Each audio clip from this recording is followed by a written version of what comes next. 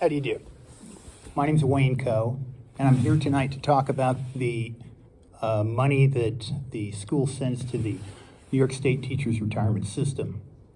The New York State Teachers Retirement System is a $137 billion slush fund filled with an enormous number of companies, and many of these companies are easily identifiable as war profiteers, and we are financing with my school taxes the extermination of children in Gaza. The World Health Organization has reported that 6 children an hour are being killed with our munitions created by these companies. I'm not going to ask you why you're investing my money to kill kids. I'm not going to ask you why you as a school board are rubber stamping these investments. I'm going to presume you don't know that it's going on, but that's the way it works. Some people say, well, we need a diagram. It's pretty simple. About 9% of the budget is extracted from the community. It's sent to the New York State Teachers Retirement Fund, which is this giant slush fund up in Corporate Woods Drive. And Mr. Indelicato, their legal man, the manicured legal guy, made it very clear to me when I wrote them, called their president, and visited. I'm sure I'm the only parent in this county who had the guts to drive up there and confront them and ask them, why are you investing my money in Textron Inc., a producer of cluster munitions that kill 40% children? And he was very straightforward. It's like, well, we are required to make the maximum amount of money.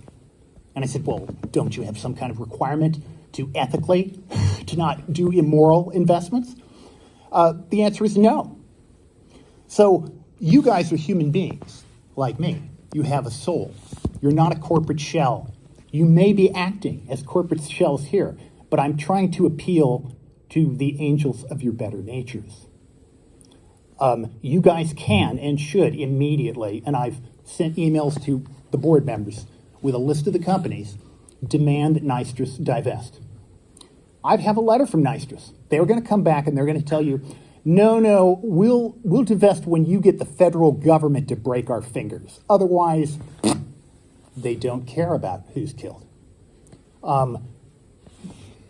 Obviously, there's no use going to Congress. There's no use going to the president. There's no use going to Nystris. So I'm here with you human beings and saying this is a very, very easy one.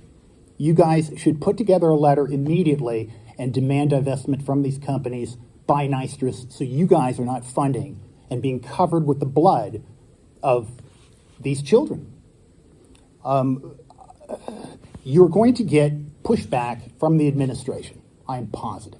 They're going to say there's a rule, there's a law. You can't do this, you can't do that. The middle school is open because I went around those rules and laws.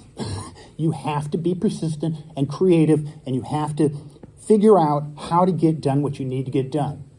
With children being massacred at such a rapid rate with our school tax dollars, I think that this is a priority item, and that you guys should put together some committee to write this letter. Then the question is, what do you do after the letter? As I told you what the response is going to be. No. You guys can boycott Nystris. They're going to say, no, you can't. And since most of you are administrators or ex-teachers or connected to the teachers union, you're going to pale at that. But the teachers union is not going to care again if my school tax dollars and yours are going to these companies to massacre human beings. But you guys as individuals should.